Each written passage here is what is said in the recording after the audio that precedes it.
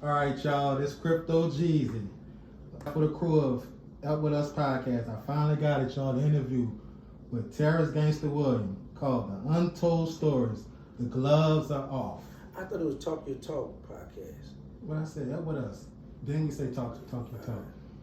You ready? Can I interview? Run your house. We're gonna start straight right. We're gonna put it all to the front. First question: How did you get Boosie to entertain you? I didn't. Vlad asked a question, and Boosie just went off. Boosie, when he was in the state, he had sent word to a guy from Houston who used to write all of us, and he was like, "Yo, tell again, say what's up. You know, tell him I got a book I'm trying to sell." And I'm like, "All right, tell him what's up." But at the time, I felt like your story not interested in mine, so I don't want to buy your book, you know. And I was like, man, I just told the homies to look out for him. That's another story because that's how he got mad with last time. Anyway, I was shocked, you know, and like I said, I thank him for that because, you know, at the time, you know, we looking at Boosie, this is a celebrity, you know. I'm a guy that's come on from prison, from the hood, and, you know, just people rapped about, but I ain't never do nothing for, you know, people to be like, oh, he on this level or that level. So when he got at me and said what he said, I was at work. Well, I went to work, and when I said, oh, man, I got him, you know, this was my thing. You know, it was during COVID, too, right? I tell you, they had a little glass. I put that phone up and went in. You know, man, I didn't know what I was doing or nothing. I knew from making videos going that hot that I can make one and go back at him. And I just went back at him, and God bless me, man, and I blew up. Did it surprise you, the feedback you got from that? The yes, views?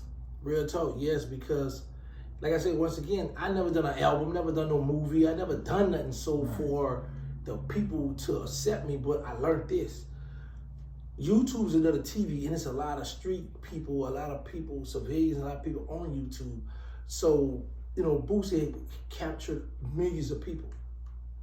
And they used to laugh, used to have fun. They honored his opinion. So when he came at me and I just started pointing stuff out, a lot of the street dudes started being like, man, OG, you got a good point. Yeah, you right, man.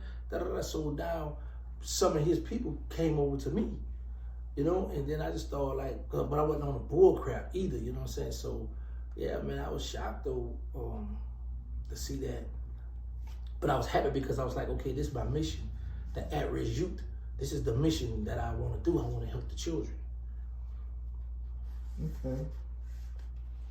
So we just gonna get the people. We got some people that I picked to ask these questions on their own.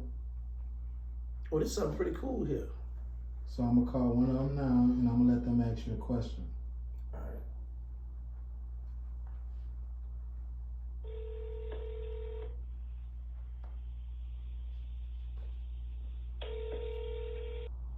Don't doubt my people, bro. I'm just saying, they ain't pick it up. Hello? That's an answer shit. Hello? Yeah. Okay. Come on, man. Don't doubt my people, bro. All right, say, bro, we got you on the thing. I got the camera rolling. Got Gangsta right here. Go ahead, shout yourself out and ask your question. It's Terrance Williams. All right. Go ahead. Okay, everything cool, bro. You all right? Mm-hmm. So what was your first reaction when you caught your first body, and how many bodies did you catch before you got the name Gangsta? My first reaction was power. I felt, because I always was young and wild, so I always had the heart to do anything. So my reaction was, it's like how they say the power in the tube. Before I came to Gangster in 91. At the time, I was in juvenile jail. Killer Stone gave me that name. So I had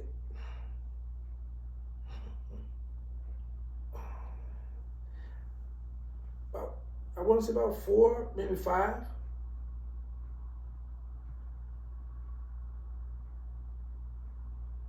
Yeah, about 5. It's the deep thought that you have to think about. No, because you picture them. You Yeah. picture like over here, I remember over here, I remember on this street, I remember this street.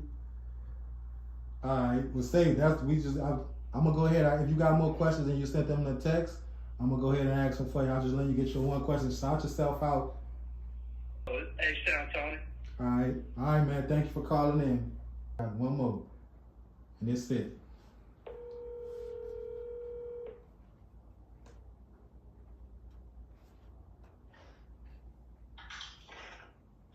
Yo, What's up, homie? All right, I got the camera rolling. I got Gangsta sitting right here. Shout yourself out. Ask your question. He gonna answer. what's good with your boys? This big guns. Gangsta, I got a question for you. How do you feel, or have you ever thought about your son following your footsteps?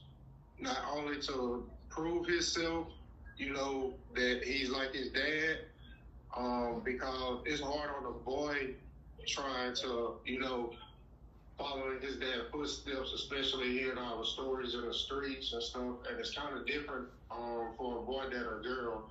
Have that ever went across your mind that the reason he's in that situation he's in, trying to prove himself not only to you, but to the streets? Good question.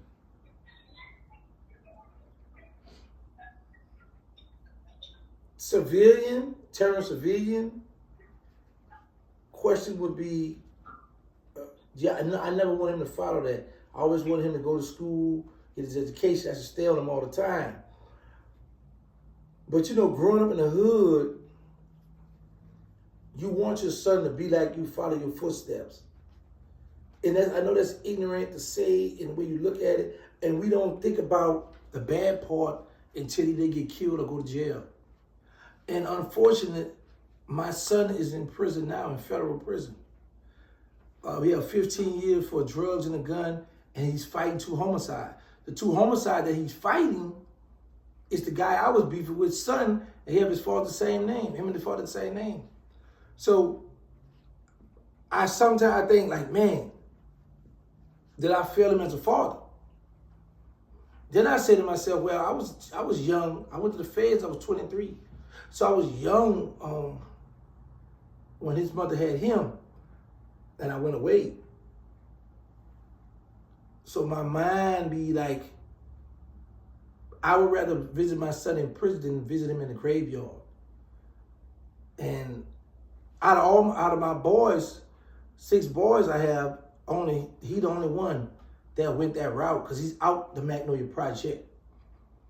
So, I can't beat myself up because that's what I left. That's the stain I left on the streets. And people would constantly tell him, oh boy, you look like your father. Oh boy, your dad was this, your dad was this, your dad said, look out. So he hear these stories, and you can only tell a child so much. It's like with me, my mother just try to tell us, y'all, but we didn't want to hear that, So I think about that a lot, and I be like, man, because you don't want your child to go through that, and especially where I just come from, what I've witnessed and stuff that I've seen, I be like, I don't want nobody to try my son was going, and I know he can hold his own, but I still had that little worry sometimes. So it be on my mind that I failed him, that I constantly talk about that, but I'm gonna make sure he don't want for nothing while he in prison. I'm gonna be there for him though. All right, D Guns. I feel that. Much respect. All right, man. Thank you for taking the call, bro. I'm about to ask you. I think you got some more questions I got here. I'm gonna shout you out if I come across one of yours, man. Thank you for taking the call. All right, appreciate it, y'all. All right. Crypto G's in the building, y'all. Yeah, man. A little something, Okay. So let's get now that we done talked about the killings and all this. Let's get. This came from somebody named Vanessa. Do you consider yourself a serial killer in the 90s? Yo. Let's get straight to it. Yeah, let's just cut the bull.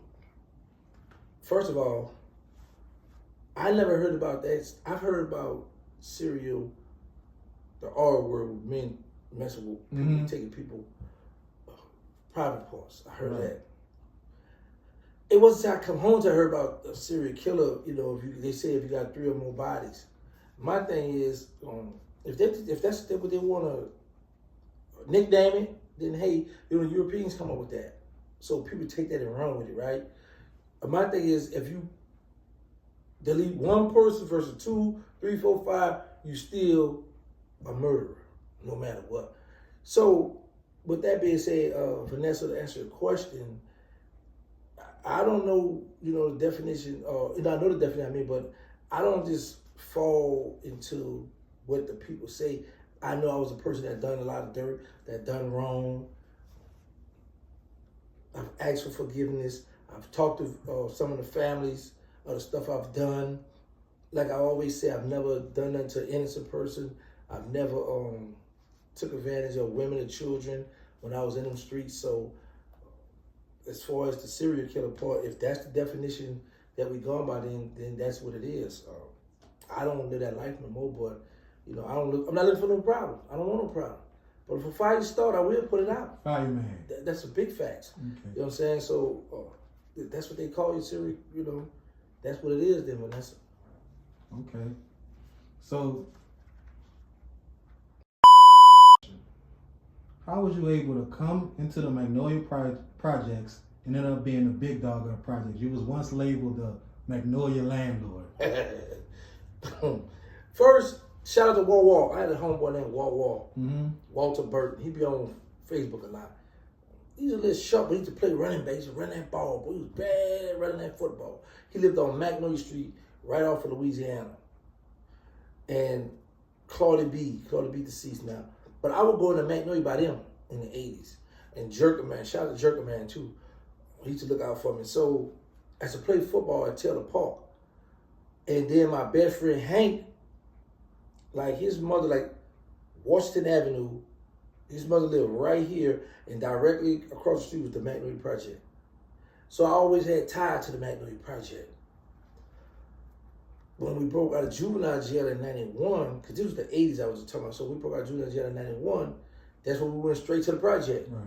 Crazy part about it, when I was in juvenile jail, I had to claim the Magnolia. Because it's like when you was in jail, you had to claim a project, right? It made it feel tough. Mm-hmm. But then the homies come with this crazy stuff. Oh, you got the project? It's a store building a lot of people at the project. What's your address? Oh, I was already 2 steps ahead of that too, because one of my other homeboys his auntie lived on Ferretti, Washington. So I had that address. So I'm claiming the old side the old side at the time, you know. But I didn't know while I'm claiming this project, my mother had moved in the Magnolia Project on the new side. So really, I have an address for real. I got licensed now, you know. But when we broke out, I was living on Magnolia in Belmont, on the 3rd floor. Shout out to Denise, love you. So this girl used to go in there and song. She come down there, we hanging out. Then she told Hank come down holler at me. And your mama, then Hank told my brother Chris called my mother. You all right? Like, yes, ma'am. You need anything? I said, yes, ma'am. I'm gonna write it down. I gave her, I didn't want to tell her where I was at though. So I wrote down like I needed face towel, because they had all that at the house, but I just wanted my own stuff, toothpaste, toothbrush, stuff like that. And sent it, I wrote it on paper, so gave it to my brother, he brought it to my mother. So at the time, the counselor, the people instead of calling my mother saying like, tell them to turn this over, he still got a chance. I said, Mama, them people lying. I'm not turning myself. No, I had told my homegirls, she had tell the diva, I said, man, I ain't turning myself in, man. I said, I need to hump something. I've been locked up a year and a half. I want to have sex with my mama. Going to my, well, tell him, do all he got to do, have sex, so we can turn it. I said, nah, I'm out here. Nah, I ain't turning. And Mama needs to make us goose pick. They used to make us pick grass with our hand. I said, I'm not going back to the juvenile jail. They got to catch me. So my first attempt to move, to calm my mother down, I went to school, Booker T. Washington. I registered at school. Mm-hmm. Then I found the suit in the house, because there was 2 other guys that lived in the house, because their shop had burned down. So I found this little gray and black. It's all gray with a little black pinstripe. I got the black ballot, I think, from Bryce. So I had a pair of black ballots, and I started going to church with my mother. So now she feel like, oh, he trying to, change his life. Mm-hmm. So I'm gonna let him stay, but which I want to stay anyway. But so she said, Terrance, the police all been calling me for like a week straight. You think he like me or something? I said, that man don't like you, man. That man trying to catch me. Yeah. So I remember writing my name on the wall. And Black and Mo had called this girl Trina. So he's like, what you say? He wrote on my wall. I said, this is my wall. It's my party. We going back and forth. Like, man, Simmons, I said, man, I got $20. I said, $20. And then my co-defendant, Money, who's in Angola now, he went AWOL. He come home, and Mike was already home. So me and Mike met up. Actually, I had saw right into Mike in the Calio Project. And we hooked up in Booker T. Washington high school dance that night. Mm-hmm. So when Money would come on, when he went on a furlough, he went AWOL. Back then, they give us furlough. Like, you would go home on a Friday, come back on a Sunday. So he didn't go back. So the three of us clicked up. And the Magnolia just always been like, them dudes always like, they had their little cliques. Like, you got the way they'll bust you up, but they were just minding their own little business, so they wasn't tripping. And they were familiar who I was, you know, from coming back there, so I had a pass. And then I'm you know, Killer Star had given a nickname, Little Gangster, in juvenile jail. So now I'm home now and broke out, so I'm home. And but I remember I could have messed up because I had T-Dub at the Calio back there by me. And because he stopped his dude from bringing me a move in juvenile jail because the charge I was on, the dude cousin was up there, and he was talking about bringing me a move. So Dub was like, nah, man, leave him alone. Dub stepped in and got him to stand down. So when I come out, Dub come back, they holler at me. So we talking. I ain't know Dub had something to do with this dude get shot in the neck named Jerry, Red Jerry, my president. So Red Jerry walk up, like, what's happening? Dub like, I'm thinking he just speaking because I don't know what's going on. Mm-hmm. He like, he said, what's happening? He said, Dub ain't nothing, just chilling. Red Jerry told him, he ain't chilling back here. So like, it can't be chilling out back here. So Dub ain't say, yeah, all right. So we go upstairs, we talking, that was Dub. He did something, he got on from back there. So I won't go into that story. Yeah, some other stuff he did. So anyway, there was a plot in the hallway on me to take my life, and Jerkman stopped them. But other than that, man, I just, from being in the Magnolia, constantly being in the Magnolia, and then every time I go to jail, the Magnolia be beefing. Like, they got into the 17th ward at the Dome swimming pool. One of the dudes back there, he got a big name back there. His mother got shot in the butt. One of my homies wound up getting paralyzed behind that. I come home, then there would be with the 10th ward. I come home, I entertain that. They got into it with the MILF, the guy boy, I come home, I entertain that. So it's like, every time I know you got into it with somebody, I'm jumping in that water behind them. Front and center. Head first, bro. Head first. But this the crazy part. I jump out there and then they'll fall back. Mm-hmm. So it went from the Magnolia to like gangster them. Like every time the Magnolia got into a beat, bro, I was out there for them dudes. Every time. But I never got the return favor because when I got to that Calio, it was just me, hot, blab. Oh yeah? Yeah, they didn't return the favor. But I didn't care because that was, I was built for that, right. You know? But just being in that Magnolia, repping that Magnolia, and they just loved me, man. I got the name landlord. Me and Jerkman was playing around one day, and I had this girl. I had a few keys to people's houses, apartments in the project, and two of my females lived in the same courtyard, but on different porches, like in different hallways. One lived right here, then the other one lived in the middle hallway. So when Jerkman talked, because I always looked up to him because he kept some bad females. So I was like, man, I got a girl number. I got a girl key to her house up there, and I got this key here. He said, you think you're the landlord back here? So that's how that came about. And then, you know, other people just started stealing my stuff. You know, call themselves the landlord, the bank, and they almost have an address back there, nothing, bro. Right. Talking about hot beats. I ain't gonna play around. Oh, okay. The gloves off. Yeah, the gloves off. Yeah, so I let them go ahead on, because we was running that way on rap that. I ain't tripping. So, because on my CD that I did with my artist, he said, yeah, this is a Magnolia landlord, da, da, da, da. You know, every time I came up with something, somebody, well, I didn't come up with that, but Jerkman gave me the name. I was like, yeah, I'm a landlord back here in this Magnolia. So, but like I started, I'm jealous of myself. You know, anything I come up with, somebody would just take it and run with it. So you was a trendsetter. Big facts. Business since I was young. Okay. Yeah. All right. So you said something. I'm curious to know. When you was in the hallway with the dudes you said was trying to take your life, did you pick up on it? Was you aware of they was trying to take your life? Like your instincts kicked in? In the hallway. What You say two dudes was about to take your life that they was planning on to take your life that day. You was in the hallway. In the story you just told. What you talking about? You say you was in the hallway with two dudes, and they was planning on taking your life. And then, I didn't say that just now. No, when you was telling the story about the landlord, you was telling all the stuff with Jerkman. What his name? Jerkman Stockton. Jerkman. So Right. you said No. You talking about when I had Dub back there. yeah. And yeah, that was Food. Shout out to Food. That was Food and all them. They was over at Royal. Mm-hmm. Royal deceased now. Yeah, they was over there in the hallway. Like we on Magnolia Street. I lived on the 3rd floor. I didn't know. I never knew nothing about that yet. Later, Jerk would tell me like, boy, you know I saved you, boy. Boy, about a yeah, but I'm wondering like why they won't. But then I thought about it. I had that boy Calio back here. He had shot Jerry around his club on Daniel in Washington. It was a club to jump back in the day, but a lot of people to get whacked around there. I can't think of that club name, but that club was a jump back in the day. But it was short lived because too many people was getting killed around there. But yeah, no. I didn't pick up on it. I didn't know. I wasn't really much aware, but they could have just. Mm-hmm. But I think they would have most likely they would have had to start shooting long distance because two things I knew who they were because I played football with some of them, and another thing they would have had to come with the pistols out. So if you came across the shoot the pistols out, I knew it was some foul play, but they have feet don't fail me now. You gotta go get up all out of there. But they were just scoping to see, and Jerk had them to stand down. Okay, so with you being the landlord and the original high boy, big facts. You was getting to that money. Yeah. So when you left the streets, it was obvious you had money.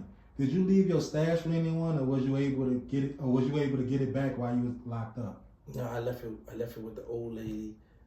She's deceased now, man. I had $375,000 in the safe. Let me tell you what's crazy. When she passed away, her granddaughter answered that phone. Her granddaughter won't talk to me to this day. I don't know what your money. I know what. I said, listen. I didn't call, but I called to check on grandma. I heard that grandpa, I didn't call about that. I said, but you know where it's at. I said, if I want, I can come, so don't give me that. You don't know where it's at. You know what's going on. But it was another rumor. I had told my mother them too. I said, man, when they started tearing the project down, I was like, oh man, I said, mama, I had them dug a hole in a circle and had my safe in the circle and not any tore this stuff down. My mom was like, oh, we need to go over there. We need to get somebody going and drill it. I let mom just playing, but that was a little rumor too that I had started that I had my safe in the Magnolia in a circle on 60 Clara in a circle buried in the project. So when they tore the project down, all the building, all that stuff, this old stuff that money was gone. But I had, yeah. Okay, so you went to jail for talking over the phone, correct? Correct. Can you tell us what was the phone call you had that got you arrested by the Fed? What led to the arrest? Me, when I told my co-defendant Bryce was going to kill him. Because the feds would do this. They would let you sell and buy drugs. Because they want to build a case, so they want you to keep going. Right. But, and they used to allow you to, they knew you talking about hurting somebody to bring you home, they would let you do it just to build it, to have you. But then they came with the new law the feds are held accountable for anything. So now it's like whenever you talk about bringing bodily harm to someone, they had to terminate the investigation. So the minute I told my co-defendant, man, we're going to tie him up and do them later, they arrested him that same night. Mm-hmm. That's what led to the arrest. So you did 24 years? No, man, 23 years and 10 months. I'm 2 months from 24. You ain't going to take the 24? Nah, man, because this would make me mad. When I be in jail with people, like, how long you been out? Oh, I've been out 7 years. Yeah, like, say for instance, like it's February. Mm-hmm.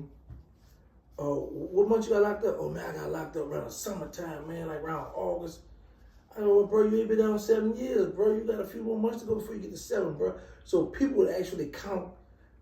Once that year came, like, they'll make that's a whole. But I said, nah, you can't count that because when it come down during your time, that ain't correct. You know what I'm saying? So, and I got busted in March, top of the year. Mm-hmm. So, I was like, okay, so when that year come around, March come, boom, that's the 5th year, 6th year, 7th, like now when I got out of prison, I got out January 3rd, top of the year. So, that's how you got to count that stuff, when you get out or when you went in.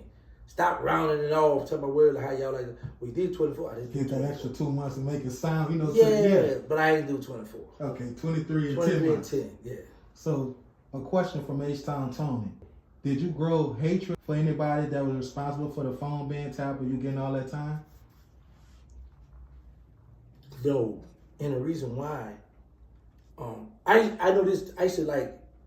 That this might sound crazy, all the dirt I did, but like it was two people that I was like, okay, it was either him or him that got me, right? Mm-hmm. But my mind was so caught up on, okay, you got this life in 20 years. How are you going to get out of prison? I'm not worried about who put you in here. I need to focus on this, and you know firsthand because you was in the penitentiary. I gotta survive first while I'm in here, Right. and then now how I'm gonna get my freedom back. See, I don't have time to be worrying about something that got me in there, because no matter what, even if I try to seek revenge, in order for me to seek revenge, I gotta get out. Then I gotta narrow it down. I gotta go hit both of these. Then I'm like, all right, one innocent, you ain't do it, but you got it because I thought you did it. You know what I'm saying? So, but it's so much stuff that be on my mind. I was like, if I hit them, it's like 20 people all together I want to go and just crush. So I'd be like, you know what? Let me just stop thinking about that. Let me focus on this.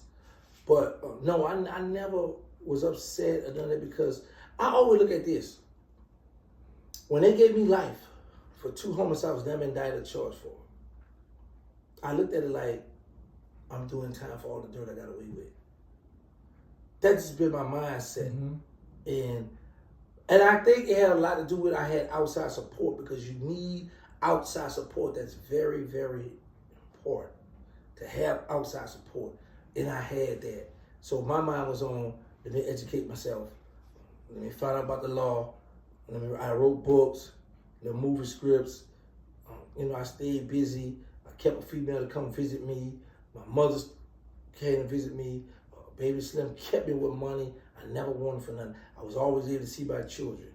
So I was, I had a smooth sailing, so I didn't have time to think about plot. Usually, not all the time, but usually the person that don't have no visit, no money, no mail, no phone call, nothing coming to them that's in jail, they're the miserable one. They're the one that's usually take the time out to seek the revenge, or who did this, I'm a narrative now, because they don't have nothing else to do. Right. So they don't have nothing but to think about something negative, something, to go home to self, I'm going just tell everything. So with me, I was like determined to better myself while I was in there. So, because I was like, one time, and this is true, so I remember I talked to BG Auntie Carol. She was getting this logo trademark. She was like, I talked to this lawyer. I don't know if he wanted anywhere from 5,000 or 7,000. I know some thousands. Mm-hmm.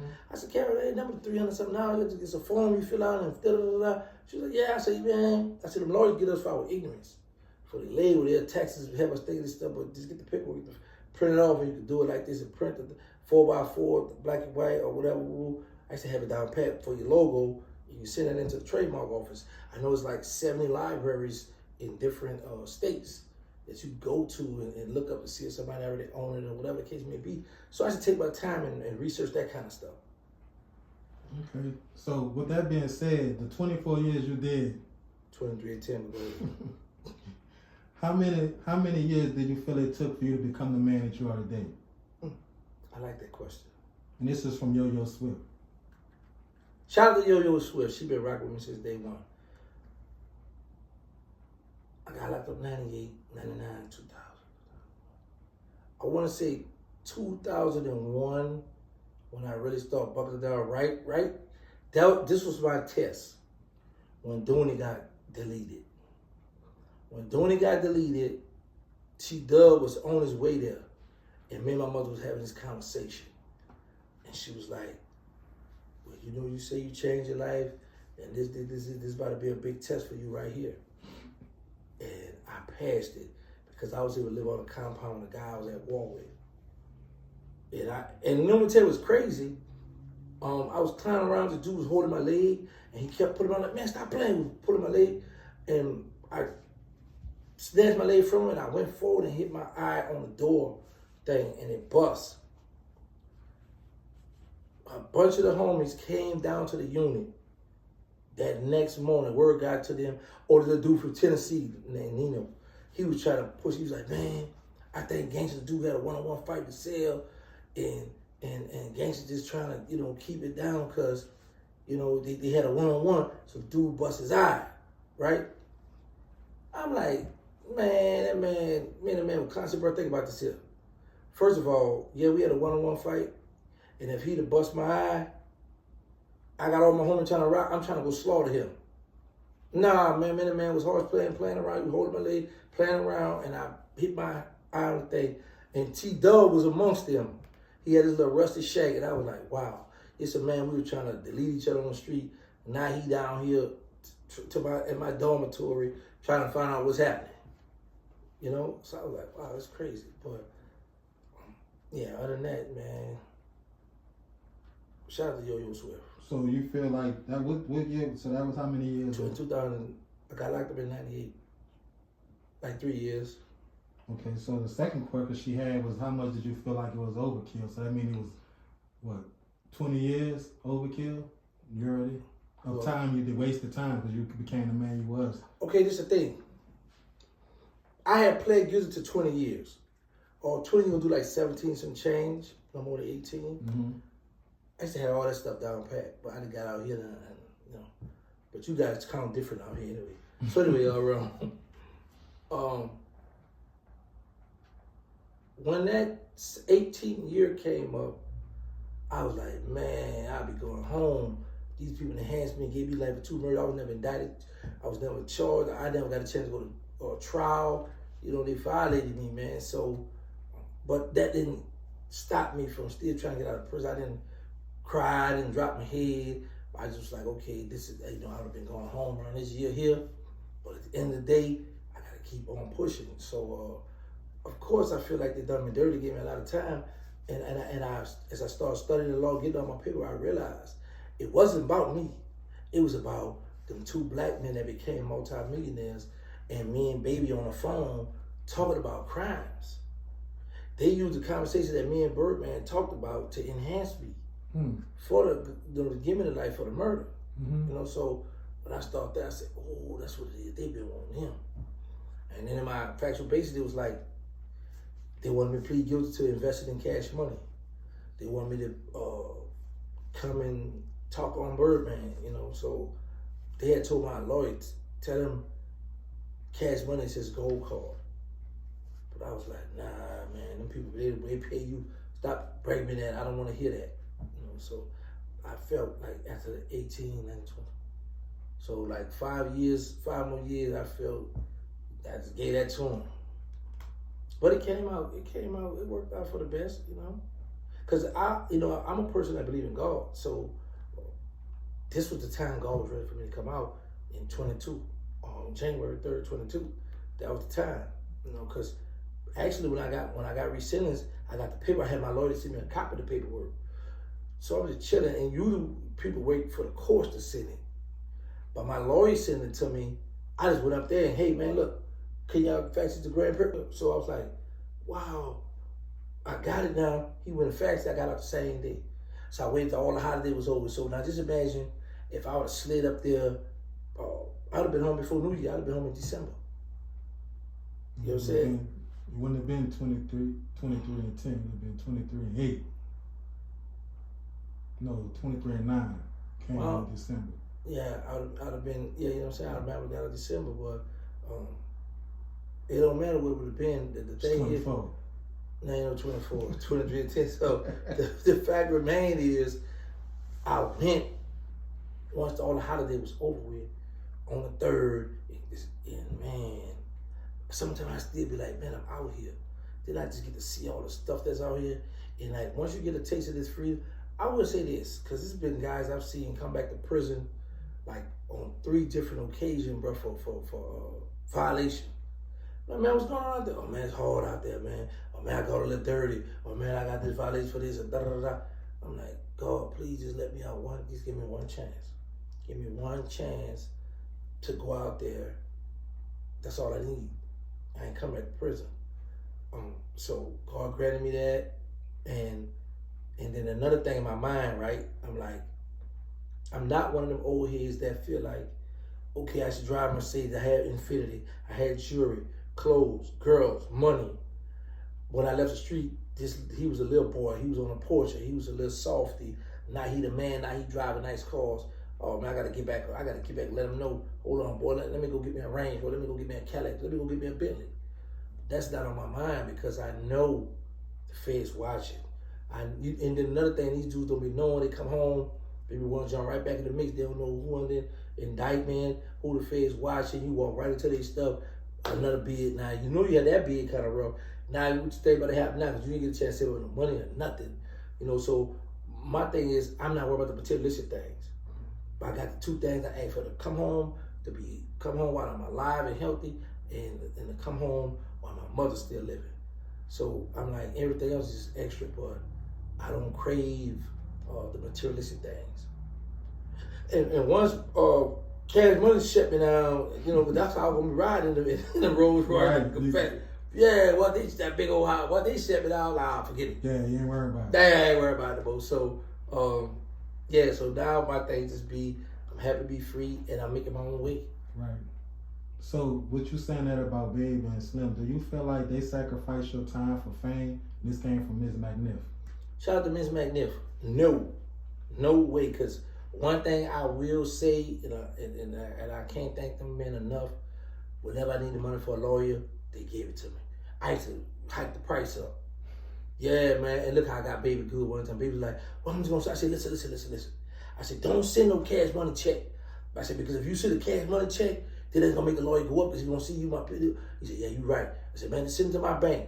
and yeah, man, yeah, bro. So, I know for a fact the men didn't sacrifice my time for their family because they already had the talent. Right. Juvie, Wayne, BG, Turk, Manny, Fred, they had the talent already. You know, so no. But of course, people be wanting, you know, to tell a story that, you know, we come from the hood. You know, we got people that's locked up doing life sentence. This all part of us. True, but them men did everything I asked them. Man, I need this lawyer. All right, I need this lawyer. All right. One time I ain't much need a lawyer, bro. I had a lady who used to be a private investigator. That she was a secretary for this law firm, and she was trying to put me on the. I said, "No, I don't trust him. I'm gonna tell it to you." I had got a check for $24,000, and I had her and my mother go pick it up. That's when they had that office in St. Rose. Cut the check for me. And I ain't gonna need no lawyer. But I should just do that stuff, man. So no, I don't believe in that for not 1 second that they did that. But that was a good question. I like that. Thank you. No, not from you. That from someone I was talking about her. Oh, okay. Yeah. Moving on. Yeah. While you was locked up, did you ever have sex with a correctional officer? This question came from Vanessa. And did you have to pay for it, or was it on the strength of your name? I had 3 different. All right, I had 2.5. 2.5 meaning like this here. Yeah, explain. Yeah, the half was, and I could have ran with that, but my count was like, nah, man. Shout out to Rochelle from Pensacola, because he used to write me when I was a kid. Man, send me a picture so I can hit that lady, so I can hit this lady like you did, be such and such at the such. But I didn't have sex with that lady, right? Mm-hmm. That lady, now she did, and we used to wear a dress where she would, I'll be in her office, and she would flash me, show me the private part, all that other stuff there. Vagina, but the other 2 ladies spread that rumor that I was in there humping her because I would always be in her office. Mm-hmm. But I had 2 women that I did know I didn't have to pay. It's just because I was just cool. I kept down on bull crap. And one thing about correction officers, they observe.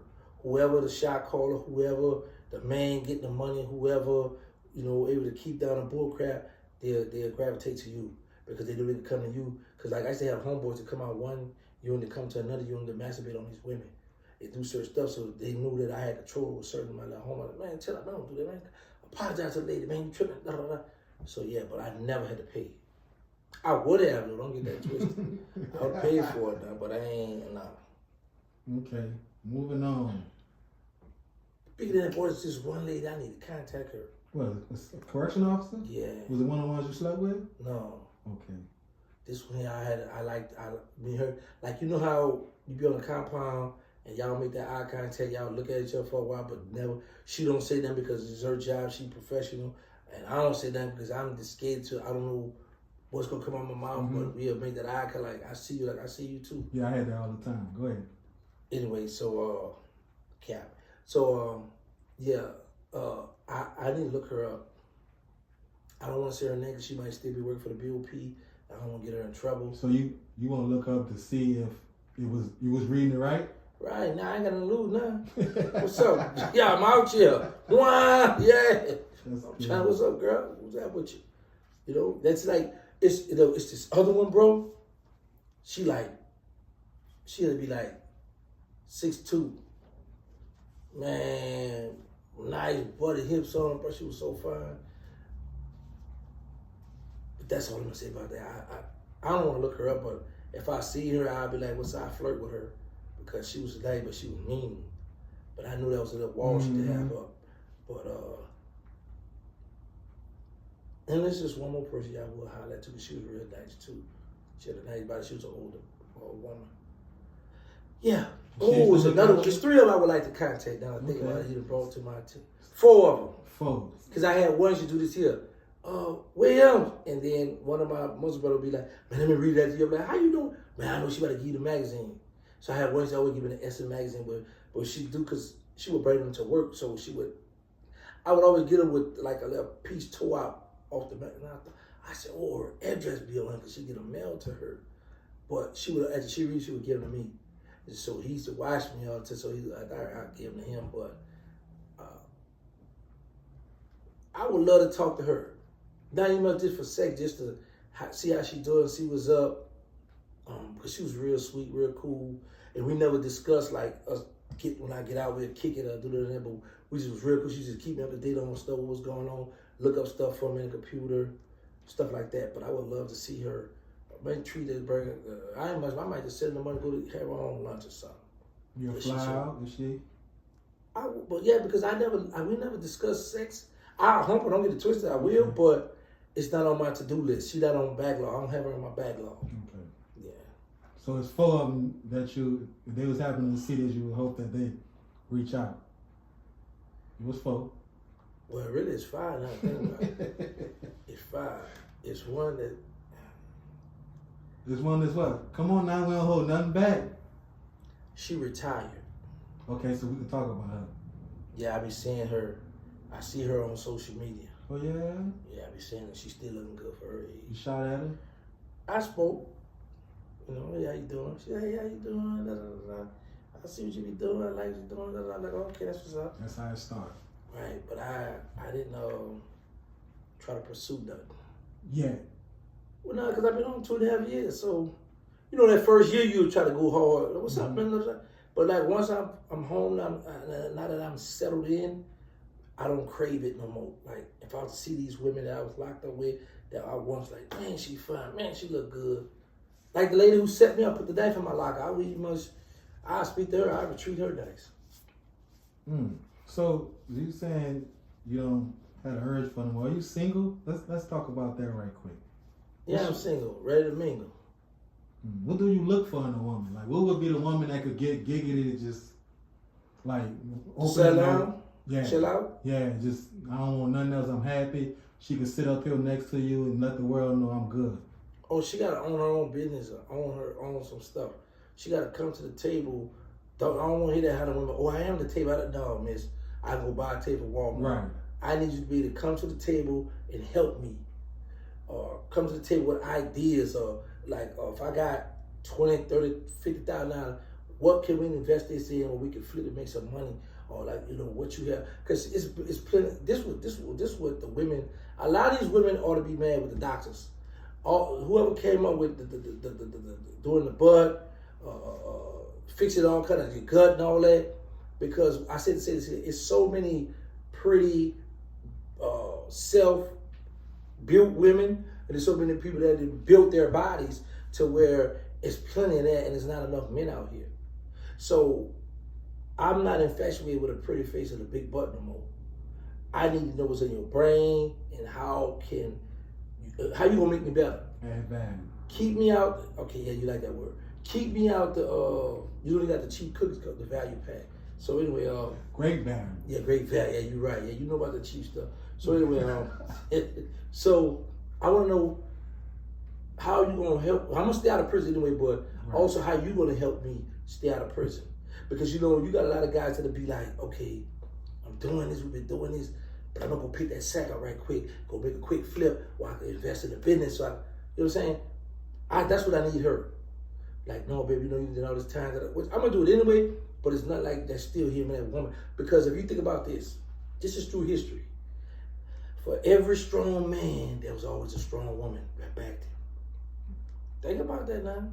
Throughout history, every strong man had a strong woman backing him. Right. Majority of the beef that we saw on TV when it was go to war was behind a woman. So, it's always back to that woman. But I want a woman that's going to bring something to the table that already got her, that's already doing her thing. I got my thing. Now we're going to meet up and like, okay, what you got going on? All right, I'm going to support you with this. All right, this is what I got going on. Can you help me? Can you support me? Or who can you reach out to do this or this? Because sometimes stuff gets stressful. You try to do it by yourself. You try to reach this person. You don't know this person. Sometimes your woman might be friends with this woman who's friend with this guy, or who's friend with this woman who in a higher place. So that will really sit me on down humbly. So it doesn't matter the looks. You said she could be Shanae. But does she got a body like Pam? You say the body don't matter. You ain't. No. That's not what I said. Okay, Shanae with the body like Pam. All right. She good with taking care of hygiene and all that? Yeah. Yeah, I can rock with that. I don't really too much care about the looks. Mm-hmm. But of course, looks always a plus, but as long as she got the head, I need the mind. But as long as she take care of hygiene and all that, yeah. I don't want a woman that, we kick it in and then we get in the bed and then the pH balance off. And that's gonna tell me something. You know that song, Who Making Love to Your Lady While You Out Making Love? Yo, so that ain't right. But yeah, bro, that's what I'm gonna do. What's that? Find you about to do a dating. Yup, reality show. Can I pick the woman for you? Yup. Okay. Ladies, if y'all see this, get in my DM, holla at me. Tell me y'all want, I'm gonna set it up. We're gonna put y'all on a blind date. There we go, man. I want you happy, bro. I really do. What that face meant? I don't believe it, but go ahead. Moving on. Yeah. Let's get back to the jail. Let's get back. We went to the women. All right. While you was in jail, did somebody ever try you, like male-wise, a punk ever tried you? Yeah. Can you share? I was in Mariana and at the drug program. So with this guy from California. He was a big muscle. I'm talking about muscle, big muscular guy. So you would never think that he was on the rainbow side. Mm-hmm. And he was the one that was catching. So we was talking about stocks back then because he didn't know I should get a lot of money. So like, man, you invest your money in stocks, and they got the stock that if you put up this, they put this with it. You can do it. So he was breaking down. So I was in a cell on the drug program side. This back then they should let us go on both sides of the unit. And on his bed there was a picture of this other dude did it up with two long plaques. And I said, like, who that is? Oh, that's my homeboy. Don't worry about that. That's my homeboy. But he thought we were going to talk about the stocks. So I had got some paperwork or something on the stocks. So I was like, oh, look, come with me over here. So he came with me on my side of the unit, on the other side of the unit in my cell, and I'm going to get the paperwork to show him about some other stocks, some stuff that the dude was showing me. So he just hollered. He said, you know that picture you asked me about? The dude that's on my bed? I'm like, yeah. He said, that's my lover. I just be doing it. He said, yes. I said, all right, come on, let's go. Because then I got a little scared because I was small and skinny. And he was a big muscle bound. And I'm like, man, I can't wrestle with him in this cell. Let's get up out of here. And he was in the drug program, so he wasn't one of the ones.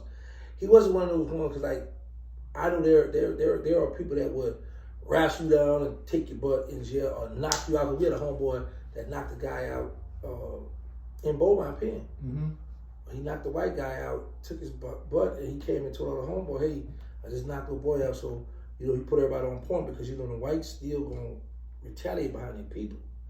But I could see his face down the homie that did that goofy stuff. But there are incidents that happen. And I remember them, and it's a good thing you brought it up, because I remember sharing this on Vlad, and he kind of, and I understand people can't fathom that if they haven't been there. But he didn't kind of believe it, but then he was like, and he had shared it with somebody else. And so what happened, it's a guy, I think from Shreveport, I'm not sure, but he just did an interview with Real Life Street Star, and he spoke about when he was 11 where how the guy wrestled him and took his butt from him. You know what I'm saying? Actually had sex with him. So I was like, wow, here go a person right here that actually this happened to, because a lot of people don't be thinking that stuff happened. I remember when I came from juvenile jail in the parish, but they had the blanket up. I couldn't see inside the cell, but you know you hear the tennis, skirt, skirt, skirt, skirt, like when you about to fight, and people always look when they hear them skirt, skirt, skirt, skirt. Mm-hmm. I was hearing that. So my homie Mike, he in Angola now, he's like, mind your business. We were making a molding, and I'm watching him make the molding. So he was like, I said, what are you doing over there to that young boy? He said, man, you better turn him out. I'm like, yeah. I said, why? What they fighting? He's like, no, he wrestling with him now. He gonna tie him down, then he gonna have his way with him. That next weekend, he was up in that day room with the handkerchief tied to the front, sitting down. I was like, man, he done turned the boy out. But that happened in OPP. But now when this guy did the interview with Real Life Street Stars, he admitted to this happened to him, and he's 50 years old now, you know? And I was like, wow, here go a prime example right here. But yeah, other than that, once I had stabbed a guy, that I got caught with a knife, that stuff travels. So people gonna be letting you know, oh man, yo, you know such a, yeah, well, yeah, boy, yo, he go hard, yeah, he gonna go. He go hard, he gonna slay that knife. So people, whenever you hit a yard, it's already known, yeah, he a knife slinger. Don't even play with him. Yeah, so I ain't had no problem. So you had that in your life in the street, was a hot boy in the feds. Big facts. Yeah, but I wasn't no bully in the feds. I wasn't punking nobody, starting people. I wasn't doing none of that. But I've never been extorted. I've never been robbed. I've never been jacked. I've never had none of that bad stuff happen to me in prison. No. Okay. Moving on. Yeah. Mike Lou Mac 900. The deal you made to come home, was it an offer already on the table, or was you the one that reached out to make the deal? I reached out to make the deal. Because I had been studying and I see how they were moving and I seen what it was. And when I went to court in 2002, this is my transcript. Mm-hmm. I had Susan Jane from Alabama. She was hot at the time. She had filed a motion. I got back in court. Really, we just piggyback off OG Blabber. So we got back in court. She talked to the prosecutor. The prosecutor agreed to give me 30 years. So she was like, yeah, I just told the prosecutor, say, yeah, you should get 30 years. I was like, all right, cool. But really, I was supposed to get 25 years because I don't have a bad jacket. So this other lady coming up, she was a friend of mine from when she was in Tulane Law School. Then she was working for the state, so one day I called the state to check on her, and they said she had moved to the Fed. Like, whoa. So I called her to the Fed. I speak to such. How you doing? I said, no. She said, I said, what real? I cussed a lot back there. Like, what real? You know the voice like this? Then I was like, she said, why you know I work? I said, this is my word, just living and just talk, messing with her. She said, I said, what you do over there? She said, I deal with the guns. So I was like, she said, I said, yeah. I said, who you got? She said, you know Tim Wall Fat? I said, yeah, I know Tim Wall Fat. You don't know Tim Wall Fat? I said, you talking about Johnny Davis? She was like, yeah. You know some murders? I said, oh, look, you tripping. Hung up. So when I went back to court, she was in court. So like, I'm sitting here, my lawyer's sitting here with this table, mm-hmm. and then the prosecutor be sitting over here. So she was talking to my lawyer and all that too, just she walk off. So she sat on the end right here, but she's facing me, and she like have her legs a little bit like they were trying to seduce me in court. Mm-hmm. So the prosecutor spoke with Ariana, and who all in court, they asked who all in court. This such, believe he might can help her with this case he's working on, I told my lawyer, tell her, I ain't gonna help her with that, I don't want to do with that, no. So she was a little mad about it, she left out. And then the prosecutor was like, Yana, how can we let a man out that won't apologize to the court, that won't tell us what happened with these murders, how did they occur? How can we let him back out? He said he changed life. He won't come forward to tell us what happened. So he went from 30 years to now, I don't think we should let him out. The judge jumped on in and gave him life again. So I was like, man, I need to close these homicides in the state. Because every time I file something in the Fed, they always bring up these murders that they feel I got away with. So I contacted this dude I knew that was in the state. He used to be a homicide detective. Then he wound up being a DA. So he was a homicide detective first. We did the immunity. I did all the papers signed. Each homicide had to sign different immunity papers. See, that's how you can bust a person. If a dude tell you, yeah, I closed 10, 15 murders, yeah, I signed one paper. No, they're gonna give you, you gotta sign one paper, and you're gonna tell them what happened, blah, blah, blah, all right, put it over here. You're gonna do another one like that. So anyway, when he went to bring out certain people, I said, nah, I don't want to talk about that, man. Let's stop. We'll come back again. So come back. So and I had a lawyer too involved. So the state had to write a letter to the Fed saying, hey, he came forward and closed these homicides. So, a lot of people, what I learned, people have short attention span because people would just lock in, oh, he gave up 40 birds to get out of jail. And I never said that. I said on Vlad, and I also gave up homicide. That was a part of in my letter. But how the feds go, they say you can help any law enforcement agency. But they have to write a letter to the feds saying, what all you done? So when I closed those homicides in the state, they wrote a letter to the feds, said, hey, he did all this. So now, when Donald Trump signed for that First Step Act in December 18, we had a thing where we was filing for, what that, 3582? It was a motion, the First Step Act, on extraordinary compelling reasons that back in the days, I was bound by the guidelines. Now that the guidelines are advisory, it's up to the judge to reduce my sentence. I got so many cases that people had a life sentence and judge reduced it. It's the dudes in our city, they had a crack case with murders in it, and they come from life and went home. I'm just surprised that they never done interviews, so I don't bring up their stuff because they still cool with Blab and stuff. But it was a few of them. They had murders. A little girl got shot up on a bicycle. They took a hit. They were cutting up downtown. I'm just saying that. But they had crack case. They had the murders, and they got a hand just like me. But they gave their time back. So I don't be bringing that stuff up though because right now I'm winning, and as long as people keep my name up, keep something to say, I don't mind, bro. But at the end of the day, I had to initiate that because every time something come up, the courts would find a way, because it's a judge discretion. Like in 2014, they came out with a 2-level reduction for anybody who had drugs. They made it retroactive 2015. Blabber got it. Then I filed for it. They were trying to get it to me bad too because I had all my certificates. I had a drug program. I used to teach a drug class. I had another class. It's called I Can't Go Home and Be a Better Man. Me and Gary, we used to help people get prepared to go home. And I had a life sentence then helping people. So I had a lot of certificates. I had college course. I had all that stuff. But by me having an 848 at CCE, it didn't apply to me, so they couldn't give it to me. The prosecutor even told my lawyer, I'm trying to find a way to give it to him because they gave it to Blabber, and they was mad. They didn't want to give it to Blabber, so when the judge granted Blabber, they were like, well, we might well grant him. Because the judge said that my citizen, as you, Mr. Dye, you had the right nickname, Blabber, and I feel you orchestrated these homicides. I feel the gun was yours, but you still reduce his sentence. That should be blowing me, right? What they were. I said, oh, that's what it is. They want these bodies. So I contact the state and close those homicides. Okay. With that said, after you cooperated, was there anybody you were scared to run into, or if you saw it would be on site? It was 3 people that I was like, I know if I run into these people, it's gonna be something.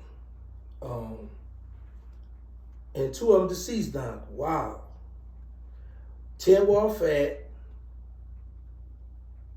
Bouncer, Big Bouncer, and Blabber. Yeah. Yeah, because you know, Blabber ignorant too. You know, sometimes Blabber be on that.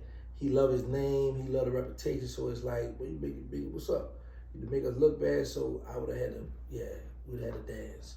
So it was them 3 that I was like, man, I hope I don't run across these nuts because I know, because I'm trying to go home. All 3 of these play with knives. I play with knives, so I don't know who gonna wind up killing one another, but I'm trying to make it out of prison system. So what I'm gonna do is I'm gonna stay out their way, you know, because Fat had life. Bounce was back on violation, but I know how he go. He still go hard. All he sit with them young boys, crash dummies at me. Then I know blabber, you my co-defendant, so they're gonna look at it like if you don't handle it, like you soft, or we gonna look at you like you condoning this here, you a snitch supporter, whatever. So me and him had a dance, and I'm like, man, I love me. I need to make it home. Right. So my motto always been too: if a man ever approached me with a knife, that's both our knife.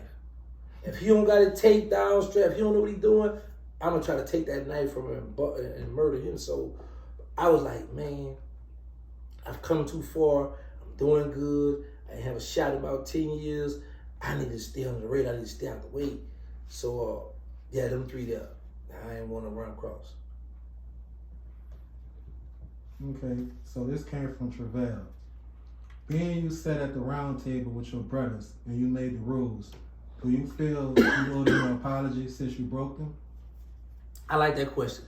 Good question. Very good question. From the street perspective, yes, I do owe all of them guys an apology. However, because there's a however. I'm gonna be selfish, and at the end of the day, none of them don't want to talk to me. None of them try to give me a chance to apologize. So, I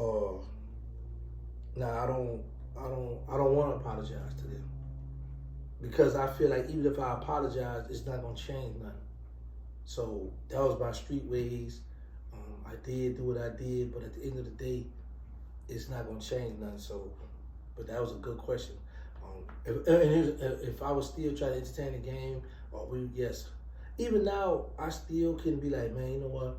I apologize. I made a lot of goofy mistakes. I said a lot of stuff, and as a youngster, y'all looked up to me. Y'all had respect for me, and y'all honored that, and y'all still standing on that. But my selfish side, like, I ain't apologizing to nobody. You don't care about me, it is what it is. What you think? You think I owe them an apology? You think I owe them an apologize? You think I owe them an apologize? I mean, you made the rules with them. Answer the question. I mean, you obvious. Yes. think I owe them an an apologize? to your brother. You gonna apologize? No. Okay. I just was asking, do you think? So I'm stubborn just like them. I can tell. Not tell. I know. All right, cool. Yeah. Now So we got that out the way. With this being said, this is a good question also. If the roles were reversed and Birdman was released from jail under the same circumstances you was released, would you have embraced him and helped him eat, or would you did him the same way he did you? You know, I got a good heart, so I would have did like this. Look, bro, you know you made a rule, you violated. Here go a couple of 100,000 or $1 million or whatever. Just go ahead and do you. I would have done that at least. Right. I would have at least done that and told him, go ahead and beat it. He said beat it. Yeah, don't come around, don't just get lost somewhere. But yeah, I would at least. He left me for dead out here. So, everything we've been through, knowing I could have been a Birdman myself, I could have buried into this. And I guess they look at it like this here, you ain't do nothing special, you did what you supposed to do. You supposed to keep your mouth closed when it come to us. You know what I'm saying? So a person will look at it like that, like you don't get a reward for being silent. That's what you're supposed to do, you know? So I look at that too, you know, and I just keep pushing, because I remember, bro, I come home in January of 22, and I remember being at work in February at this warehouse. I was at work, and him and I was talking, and I remember him telling me, man, I'm gonna have 5 minutes of fame. Ain't nobody gonna want to hear from me no more. He was like, say, you go get a little hot boy story, but after that, bro, ain't nobody gonna want to hear from me no more, bro. Get your little 5 minutes of fame. I was like, all right. So it's just 24 now. Once the clock must have broke. You know, I told you y'all got a different way y'all count out here. Yeah. Okay. Big facts. So, with that being said, they left you for dead, right? Mm-hmm. Do you feel if it came down to you really needing help, times got hard, could you call on Baby and Slim? This is from Travell also. Shout out to Travell. Big facts. Yes, I believe wholeheartedly. I believe this, because I haven't done nothing to them. So I believe there's not a day that passed that Bird be looking at that phone and be hoping I'm going to call him. Yeah, I believe if I really needed them, like I was down and out, really, really, really down bad, don't have nothing, ain't got a dime in Chinese money, that I know I can call Slim. He already proved that to me when I come home. He give me money to do my documentary. But with Bird, I really believe I said, bro, I need this here. I believe he'll give it to me, but he still be stubborn. Like, all right, here you go. Or man, look, I'm gonna have such call you, or or where you want me to send it at, and try to still be with that tough stuff and hang up on me. But he ain't gonna turn his back on me. Okay. You know what I mean? What I mean by that is, if I'm really, really hurt and I really need help, I believe he'll be there for me. I really believe that. Might need to do a test right now. Yeah, let's go and see. Yeah, let's see. What's your face change for? Cause I don't want to play. I don't want to play like that. But that would be pretty cool, huh? Yeah. You see you 2 cars. I don't want cars. I want money. And money, yeah. And You money. want some cars? You want to drive one car? Yeah. Or you say 2? Why you say 1 car? 2. You know your stomach. You gotta bless your game.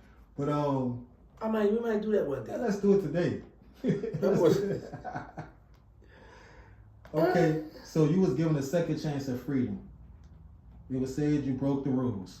If you had to relive it all over again, would you do Of course.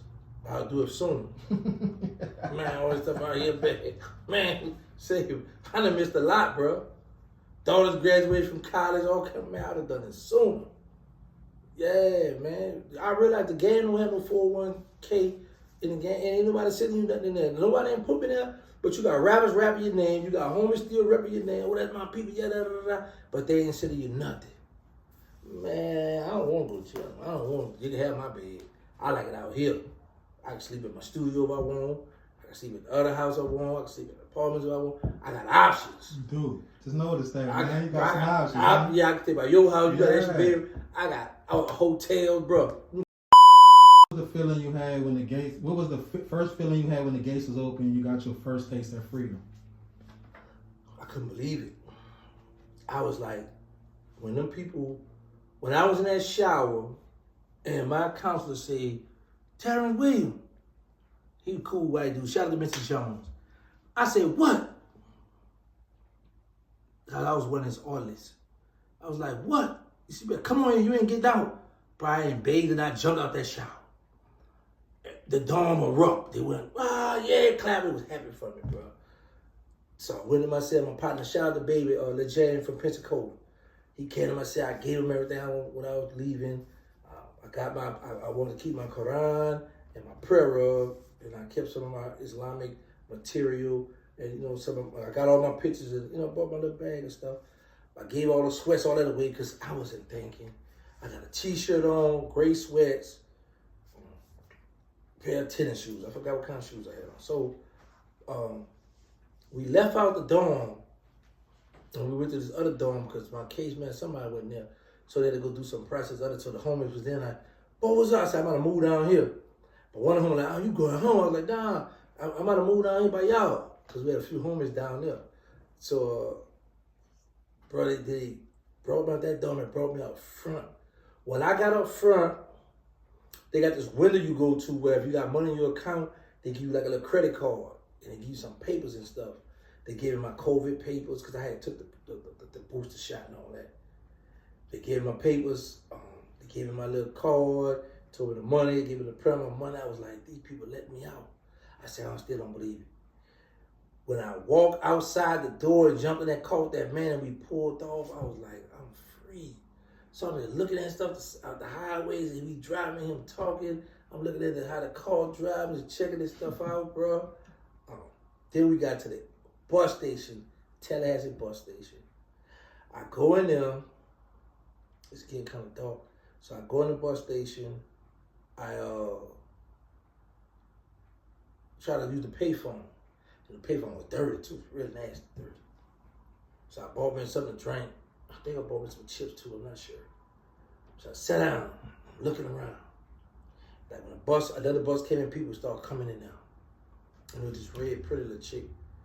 She was walking, she had the phone up like this. And she was talking. So I'm sitting here, so she felt like turned like to the side, like, where I could see what she doing. And I saw some movement over there. I said, hey, he can see you? She looked at me like, what you mean? I was like, my bad, I just got a fed. She's like, oh, so she turned the phone so I could see. There was a dude she was talking to. So I waved and he waved back. I was like, oh, okay, it's going down out here. I'm saying, because I never wanted to play with cell phones in prison. So we get on the bus, and there's a dude in front of me. He on his phone, I see one girl dancing. I'm like, oh man, go to the porno, go get to porno, man. But he turned it on some other boy because there was this little Asian guy over here. He was looking at some stuff. Then this other dude came sit right next to me. He had this little outfit on, a little jewelry on and all that. So I said, all right, I'm gonna befriend him and see if he got a cell phone I can use. So me and him we talking. I said, bro, you got a cell phone? He said, no, I don't got my cell phone. I'm like, man, beat it. I'm like, how you on this Greyhound bus fly with all this jewelry on and you ain't got a cell phone on you? I should have told you right there. He told me, but we was already driving. So I was like, I'm gonna take that now. But I didn't want nobody to steal my bag. I had my little card, I had everything on me. But then I had took something and but I just was just holding on to my stuff as we riding. So when we stopped at this stop, it was these two little young Latino young guys. They had cell phone. They let me use their phone, and I called my mother. Then I said, "Mama, y'all gotta come get me because it's taking too long on this bus." I said, "When I get to Pensacola, that's how gangsta, I'm gonna get off that bus and let y'all come get me from Pensacola." She called my brother, "Come on, we gotta go get my baby." Him and his wife jumped up. I went to this. We went to this back. This bus station, like, it's a small one, and Pensacola is in the back. It was real dark. But I said, man, people get robbed back here late at night. So I come out, went back out front, walked across the highway. It was cold. I had my bag. Bag was a little heavy. Walked across the highway. I saw this gas station. I saw an 18-wheeler parked over there. I walked up to the man, tried to say, hey, can I use your cell phone? I was like, no. Like, all right. So I was thinking, man, you tripping. You know, people run over cell phone, all kind of stuff. Man, I ain't gonna trouble with the phone. So I walked back up to the front part of the gas station, like where the highway is, where the cars could see me. And I'm just right there waiting for my mother now.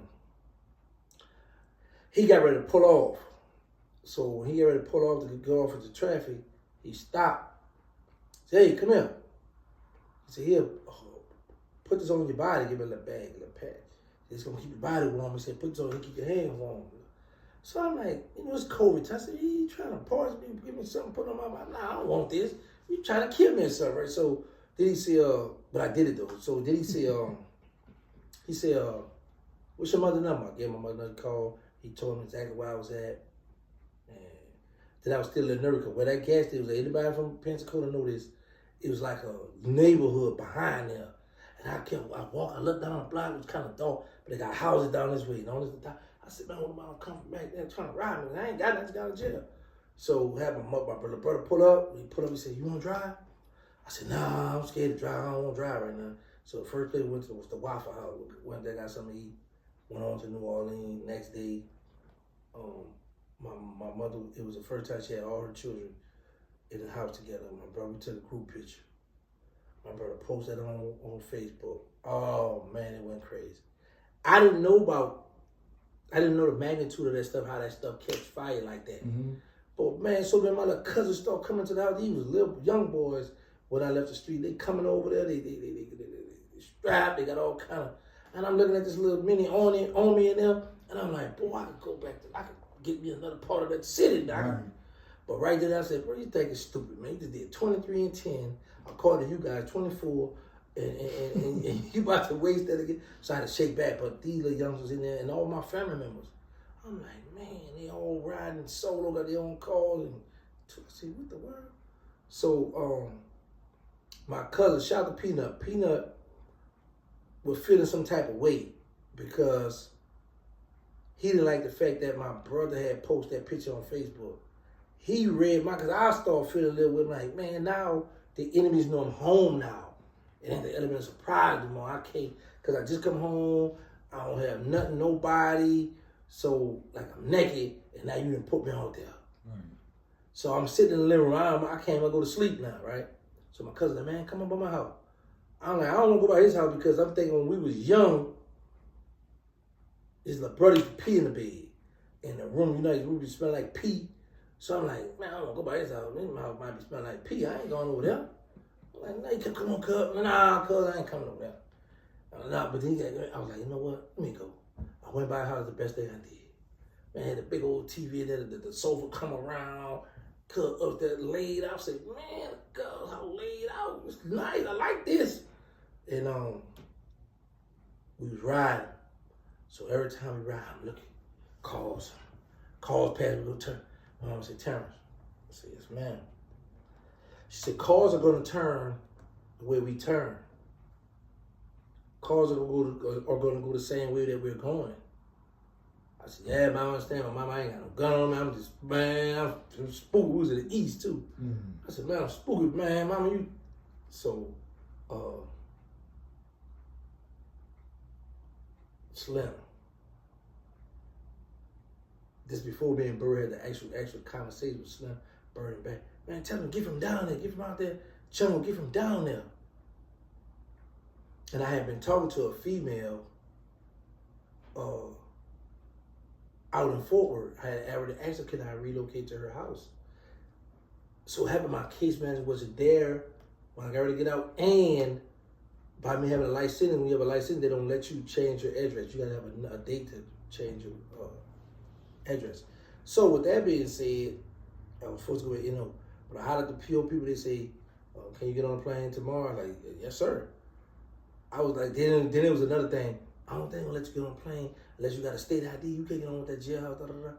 So we booked the ticket, went to that airport. This lady was like, oh, you just got to come on, because I be worried about you prisoners, y'all. Because y'all don't be knowing what's going on. These people out too. Come on over, baby. I got you. The lady helped me out, did all this stuff. Got my ticket out. So she said, go over this way, go to the... Yes, man. Went over there, thought I got on there. Man, I was so happy. My homegirl had dropped me off at the airport. I was so happy. When I got in that airport, they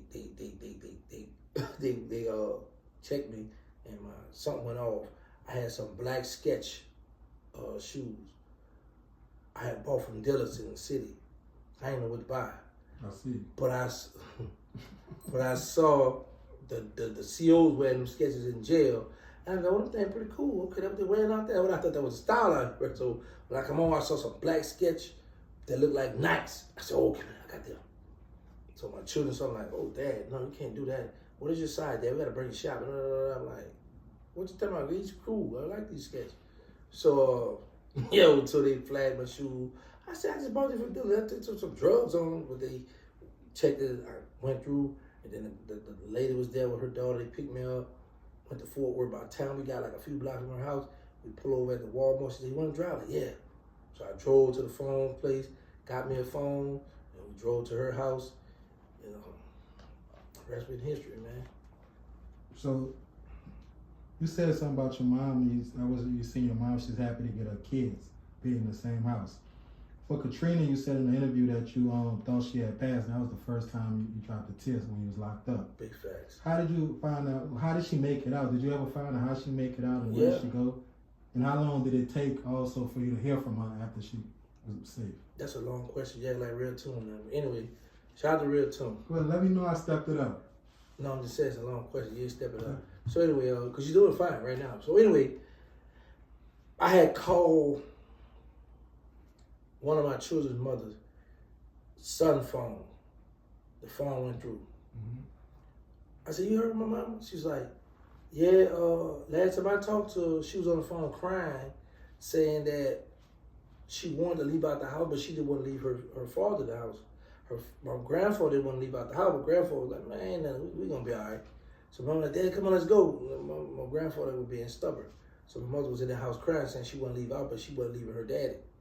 So the phone was going in and out. Sometimes you get this, you got to keep dialing, keep going, keep. So I got through again. I said, you heard something? She said, Terrance, I checked on the news. They said all the house down in that wall is underwater. I just cried. I was like, man, my mama died like a soldier. She died in with her father. Then, a few days later, I called Slim. Slim said, all right, when the water go down, man, I got some police officers I know. I'm going to have them go in there and get the bodies out. I'm like, all right, cool. So, a lot of brothers come over. I was at USP McQuarrie. A lot of brothers come over there, talk to me, be patient. When the law remove a loved one, he grants you a reward. But my E-man wasn't up, then, I just took shahada, so I was still struggling, like, man, that was my mom. You only get one mother. So, bro, I was like, man, I lost my mother tight. So, I'm crying like a baby. So, I called her a few days later. She said, you got my call? Did you get the message for the counselor? I was like, nah, why? What happened? She said, I told the counselor to tell you to call me because I found your mother. I said, what? where she at? We went to the warden, and the warden had gave us an extra 90 minutes. He gave us an extra 90 minutes 2 times because you know, really, in the policy, you're going to get 15 minutes extra. But he gave us an extra 90 minutes, man. So my mother taught my grandfather, he said by the time they got out of the house, the water was up to her chest. She said he got out, they made it to about a Greyhound bus station, but really about, let me see, because I don't know if you're from New Orleans, but you know, like what a post office at, you know what Macy's used to be? Mm-hmm. You just say, oh, I just don't, you're not giving me a sincere number, I'm gonna keep going. Okay. So on the side where the post office at, Mm-hmm. and that street where the High Reese, and it's like that back street over there, they had some buses over there. My mama said they made it over there, got on the bus, and they came to Dallas. My grandfather fee was at $200. She said it was this white police captain gave him a car for my grandfather. And my mama was out here in Dallas. So I called, talked to her. I was so happy to hear my mother's voice. You know, then when they gave him trailers to go back to New Orleans, I'm in a hole under investigation for drugs. I called home. She had then fell out the trailer and broke both of her ankles. Not one, but 2. So you know the first thing in my mind, man, somebody must try to ride my mom and them. She done fell and broke. I said, oh man. So I'm just going through it, right? But she said, boy, I'm all right. Daddy be helping me. I'm like, Daddy, he old man. My grandfather died at 102 while I was in the Fed. He used to come visit me to sit down and watch the women and everything. But yeah, so yeah, man. So they had made it to Dallas, shot back to New Orleans.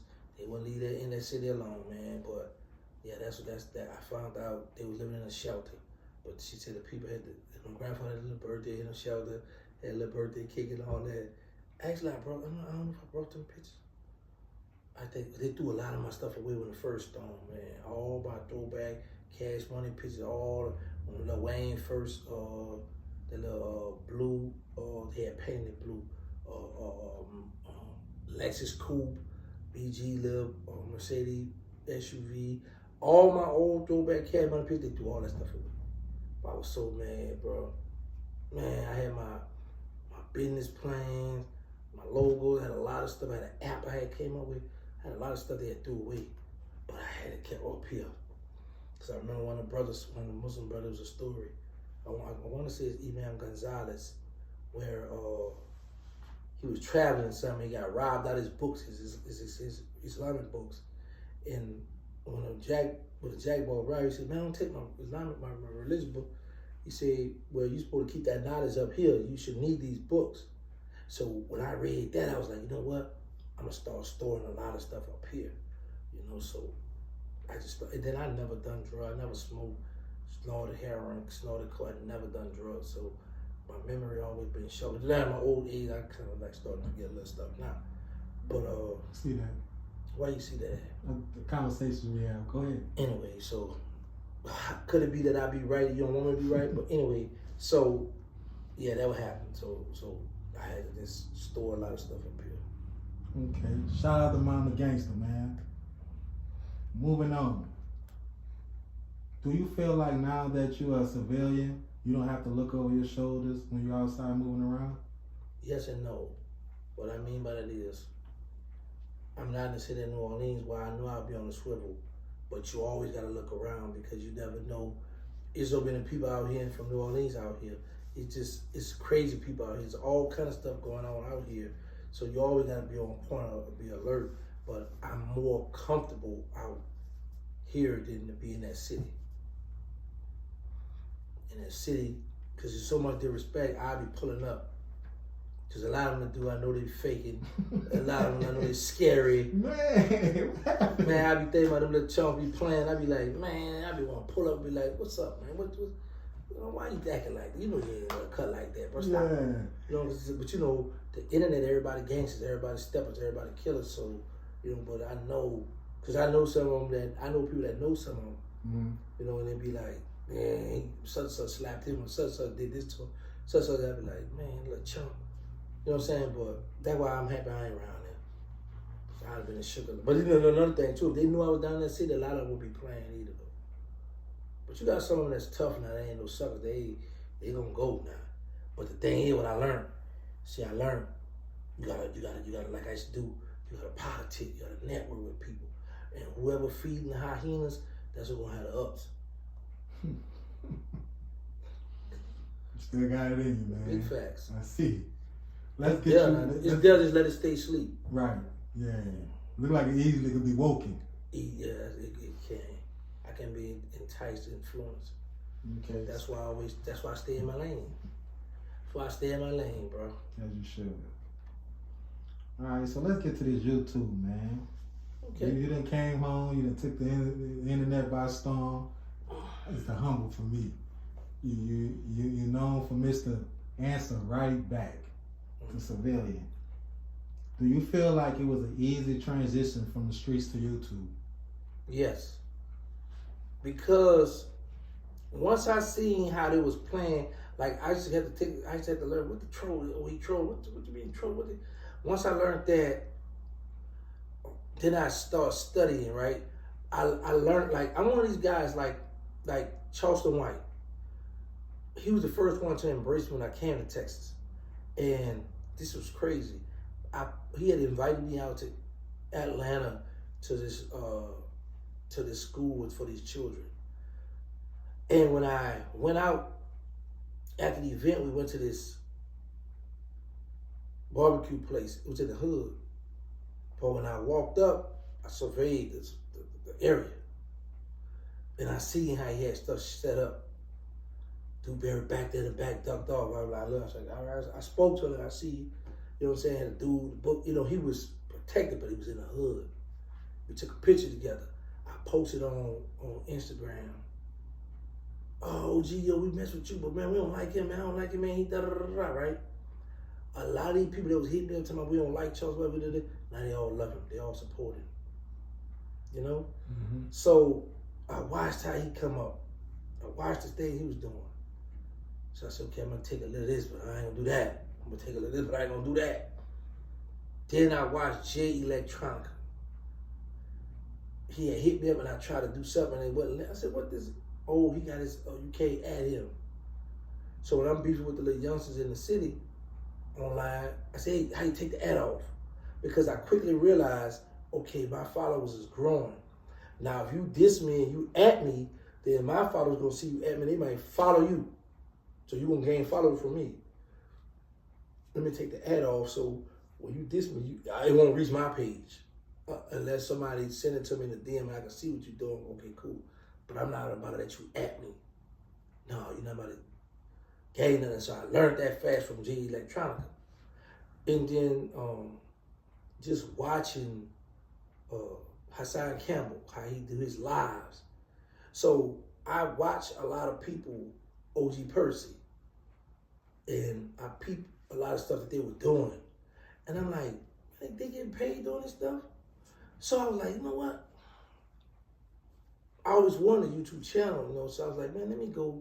I went by that hotel and prop my phone up, and the first story I told, the OG Booby Black story, and it jumped. I was like, whoa, I got myself something here. And then I just started telling my story, telling my hood story, and that thing. So my first check from YouTube was $2,500. I still got the picture of my phone. I remember laying all the money out on the floor. Made $2,500.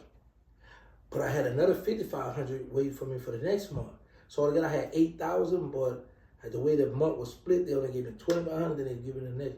So a guy called me and said, hey, he said, between me and you, I made $30,000 this month. I'm listening, oh, you capping, man, $30,000, ain't paid no $30,000, you capping. So then I said to myself, well, hold on. I had $8,000. $2,500, another $5,000, and they direct deposit that money to me.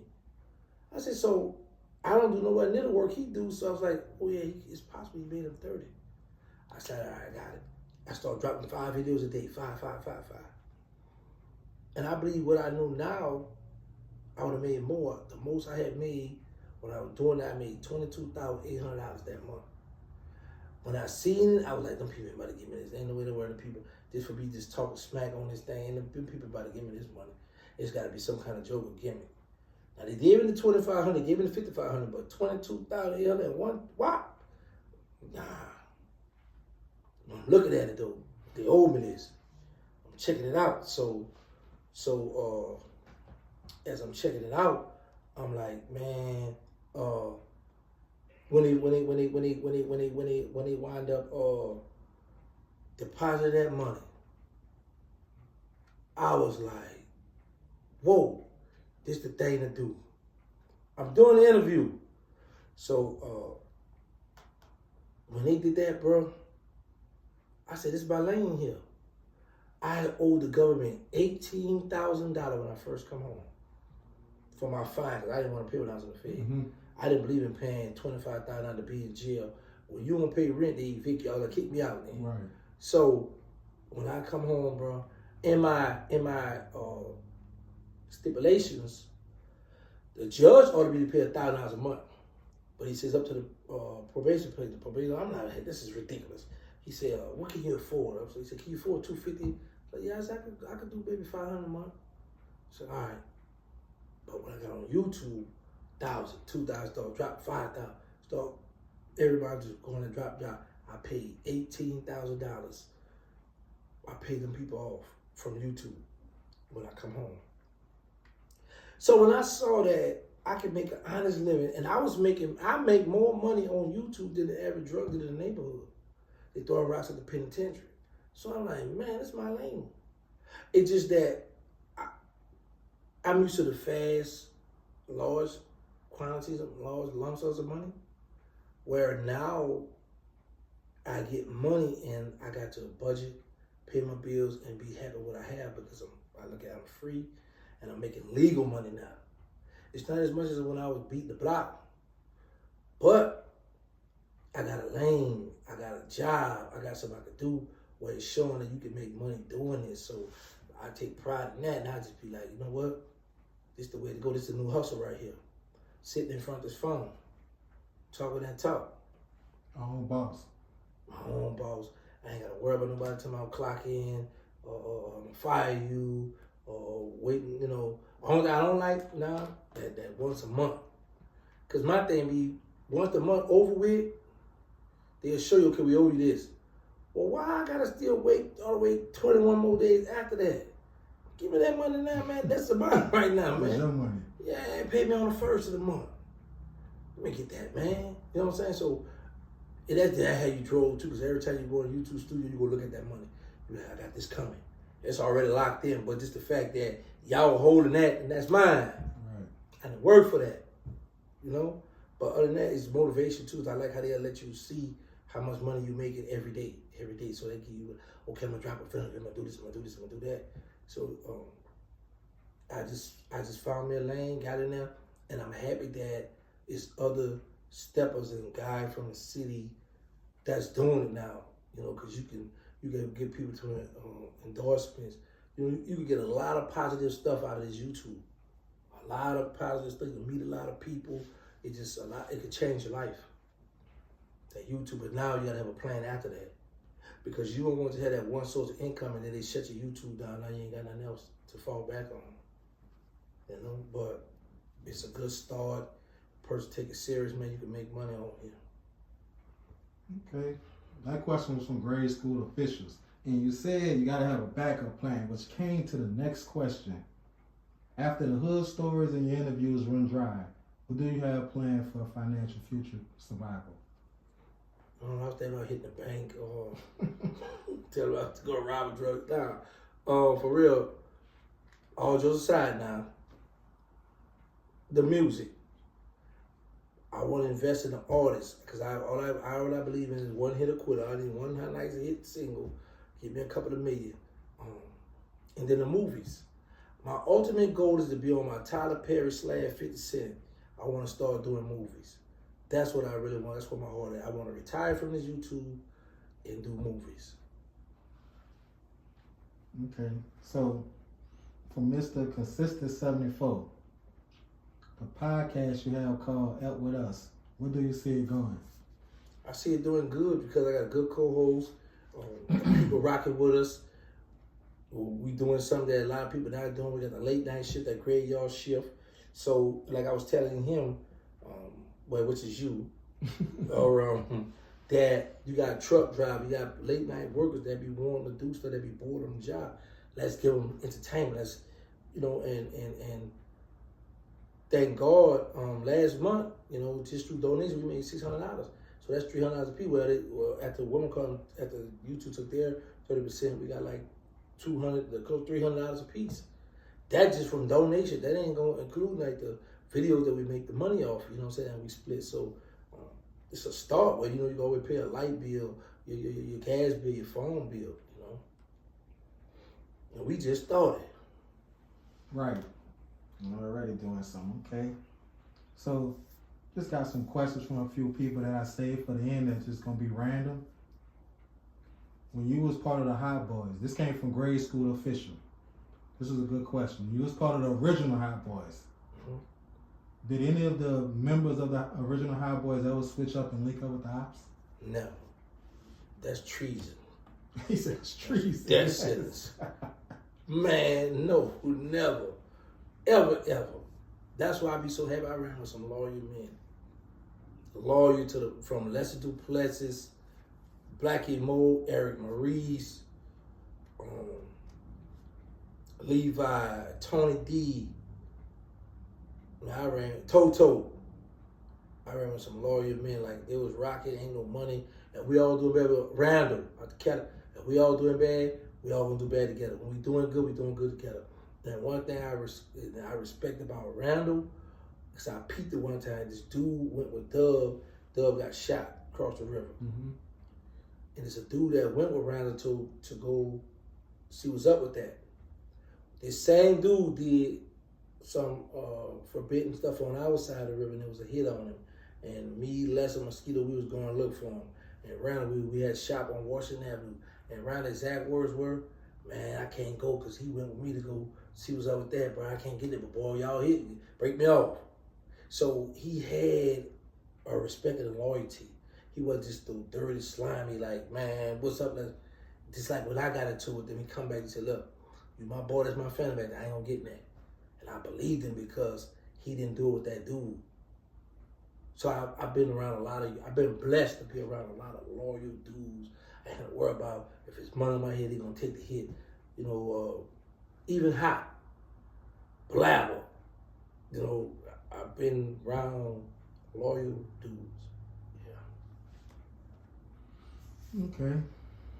So, this is from DC Onions. Shout out to DC. How do you feel about Baby not giving you your flowers? I just learned about that flower stuff since I've been home. Thanks to me. Yeah. I don't care about that because I can't tell my landlord or the people at the Walmart, the gas station that Baby gave me flowers. I can't get gas or food, pay my bills off of some fake flowers. Some flowers that you not no physical flowers. So yeah, I don't care about that because here's the thing. They rolled off my name off our street stuff for 20-something years. Baby know for a fact, if somebody interview him and ask him this question, who protect your artist, who protect you, he know what we did. He know we was making sure the boy was good. He know this. So it's a lot of stuff that he already gave him a problem. One time, Giggity started the Hot Boy, he was in that car. So when I was younger, I would have been infatuated with that, but now I'm older, it's bills that need to be paid. It's people that depend on me to make sure they're good. So I don't care about getting some flowers that I can't put no water in. I don't trip off that. I don't think about it, but I know whenever you bring up Cash Money, OG Geely gonna be somewhere in that mix. I don't know how much you hate, how much you mad, OG Geely, some kind of way will pop up. And then this is a Cash Money channel. Cash Money, Young Money, Chopper City channel. Straight up. So, moving on. The piggyback off this came from Edward. Do you feel you deserve royalties for the Hot Boys name or Baby Gangsta? I feel they should look out for me. Yeah, I feel they should look out for me. But I would say this, they don't owe me nothing. They don't owe me nothing, but I feel like now with all this stuff going on, and plus I didn't cross y'all. Like, you know, come on, man. Like, but I'm not gonna crowd that or be all over there. Oh, they over, man. Listen, God bless me with the little I have, bro.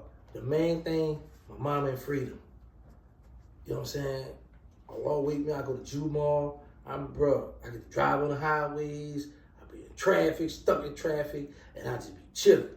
When I'm stuck in traffic, I put my phone and I go online. What's going on? Do you feel like Baby and Slim are aware of what you got going on with the YouTube? Do you feel like they're proud of you? Of course. And the reason why I say that, because I didn't come home and make a mockery of myself. I came home and done something positive. And done something positive. No, the truth out of your face, the face expression. I come home and done something positive. And now that I know that a lot of people watch YouTube, even if you don't watch it, somebody gonna send you a link. Right. I get that a lot, so I'm like, okay, I know they be showing us the Baby. And I know he sit back like, because I didn't come on asking for a dime. I come on and grind. I come started from the bottom, now we here. Mm-hmm. You know what I'm saying? So, and I still rep that cash money. Now, one time I be saying words, say, man, keep cash money name out your mouth. Now, if him and Sam say keep cash, all right, I'm Chopper City and Young Money. You know what I'm saying? They got 2 other labels to go with. Right. But until then, bro, I'm Cash Money to the death of me. That's just what it is. And I know they proud because, like I say, I still represent them too. Right. Okay. So, kind of switching it up, we're going to answer some of these questions some of your civilians sent in that I felt was safe for the best of the end. Philosopher, he wanted to know, what did Slim say when you told him the feds was in town? I had let Slim know that his name was in his mouth and that he got to get himself together. He was like, all right, cousin, good looking out, cousin. He was like, because at the end of the day, he was like, man, you know, because Slim started that cousin stuff, which was a good thing and a bad thing in the project, calling people cousin. But once I let him know that, hey, man, people screaming your name, be careful, watch what you're doing, you know, because these people are so real, you know, he appreciated it, you know, and that's why when Boosie spoke on it, I shouldn't be leading. No, Slim was a brother. That's family. You know, we've been through it, so of course I'm gonna speak on. Cause just like I say, bro, it's a lot of stuff that I just be sitting back that I be like, man, I'm happy I left that life alone. Cause this is a lot of stuff that people think that he got away with. That I know what you did last summer. You know what I'm saying? But at the end of the day, he was happy that I gave him a heads up. Okay. Another question for a philosopher. How did Derek feel about Turk being picked over him? Derek was around, but Derek ain't really care about that. Derek was a little street soldier. Derek was running the street. Derek ain't care nothing about no group or none of that. Derek come through, do a little rap, but Derek was mainly running the streets. So Derek really wasn't. And when I came up with when I gave Birdman a name, it was pertaining to Turk, BG, Juvenile, and Wayne. Those 4. Derek was nowhere in the picture for that. But he already, you know, he'd be coming back and forth, but Derek was running the streets. He wasn't really taking that music stuff that serious back then. Okay. So the move kind of to the current was going on. What's your intake on the Julio Fulio situation? Like when we had the conversation, when I said for those people to he was 3 hours away from home, and for him to get touched like that, I say, man, when I see them with a female, I say, man, I won't be surprised if somebody dropped their location. And that's just what happened. I heard that the dude got stopped or something. He told it, come to find out that the female was with him, dropped the location. You said that? I said, you know, I'm an ex-street guy, you know, so I analyze a lot of stuff. And I was like, they had to, because I know how the phones are. Okay, they dropped the location. Because think about it. They ducked off somewhere. How y'all gonna come pinpoint exactly where these people at? So like, man, somebody dropped that low on the man, and you know he was known for king trolling. So on one hand, you be like, man, I feel bad for him and his family. He was celebrating. Some people say it was his birthday. It wasn't his birthday. We already had it paid. It was a few days after the birthday, whatever came. But he still was celebrating, and you know, you be like, man, this young man, it took his life from him.